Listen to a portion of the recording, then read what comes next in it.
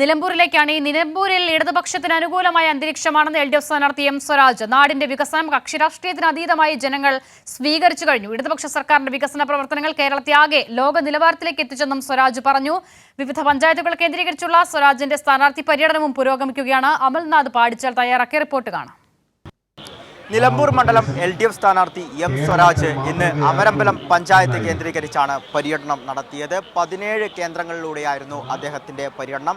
ഓരോ പര്യടന കേന്ദ്രങ്ങളിലേക്ക് എത്തുമ്പോഴും വലിയ ജനസ്വീകാര്യത തന്നെയായിരുന്നു അദ്ദേഹത്തിന് ലഭിച്ചത്. ഇന്ന് അമരമ്പലം സൗത്തിൽ നിന്നും പര്യടനം ആരംഭിച്ചു. പിന്നീട് പന്നിക്കുളത്തായിരുന്നു സമാപനം ഉണ്ടായിരുന്നത്. വലിയ ജനത്തിരക്ക് നമുക്ക് എല്ലാ പര്യടന കേന്ദ്രത്തിലും കാണാൻ വേണ്ടി സാധിച്ചിരുന്നു.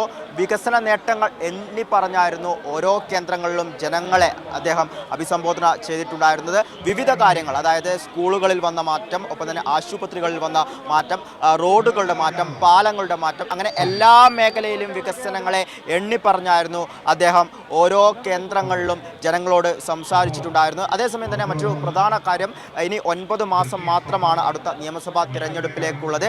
എങ്കിലും ഈ ഉപതെരഞ്ഞെടുപ്പ് എന്ന് പറയുന്നത് വളരെ നിർണായകമായ ഉപതെരഞ്ഞെടുപ്പ് തന്നെയാണ്. കാരണം ഈ ഒരു 9 മാസം മതി വലിയ പദ്ധതികൾക്ക് തുടക്കം കുറിക്കുവാൻ വേണ്ടി. ഇടതുപക്ഷം കേരളത്തിൽ ഉള്ള കാലത്ത്, ഇടതുപക്ഷ സർക്കാർ കേരളം ഭരിക്കുന്ന കാലത്ത് വികസനങ്ങൾ എന്നും നടന്നുകൊണ്ടേയിരിക്കും. അതോടൊപ്പം തന്നെ ക്ഷേമ പെൻഷനുമായി ബന്ധപ്പെട്ട കാര്യങ്ങൾ, ഒരു ഭാഗത്ത് ക്ഷേമ പെൻഷനെ കൈക്കൂലി എന്ന് UDF അത്തരത്തിൽ ആരോപണങ്ങൾ ഉയർത്തുമ്പോൾ, മറുഭാഗത്ത് LDFിൻ്റെ ഭാഗമായി ക്ഷേമ പെൻഷൻ കൃത്യമായി ജനങ്ങളിലേക്ക് എത്തിക്കുന്നു. 600 രൂപ ക്ഷേമ പെൻഷൻ വിവിധ ഘട്ടങ്ങളായി 1600 രൂപയിലേക്ക് മാറ്റുന്നു. പിന്നീട് വീണ്ടും അത് ഉയർത്തുവാനുള്ള അത്തരം കാര്യങ്ങളിൽ അല്ലെങ്കിൽ ആലോചനകളിലേക്ക് പോകുന്ന സാഹചര്യം. അത്തരത്തിൽ ജനങ്ങളുടെ കൂടെ നിന്ന് ജനങ്ങൾക്ക് വികസനങ്ങൾ നൽകുന്ന ഒരു സർക്കാരായി ഇടതുപക്ഷം മാറിയിരിക്കുന്നു. അത്തരത്തിൽ കഴിഞ്ഞ 9 വർഷക്കാലത്തെ LDF സർക്കാരിന്റെ വികസന നേട്ടങ്ങൾ എണ്ണിപ്പറഞ്ഞായിരുന്നു ഇന്ന് ഓരോ കേന്ദ്രങ്ങളിലും M സ്വരാജിന്റെ പര്യടനം ഉണ്ടായത്.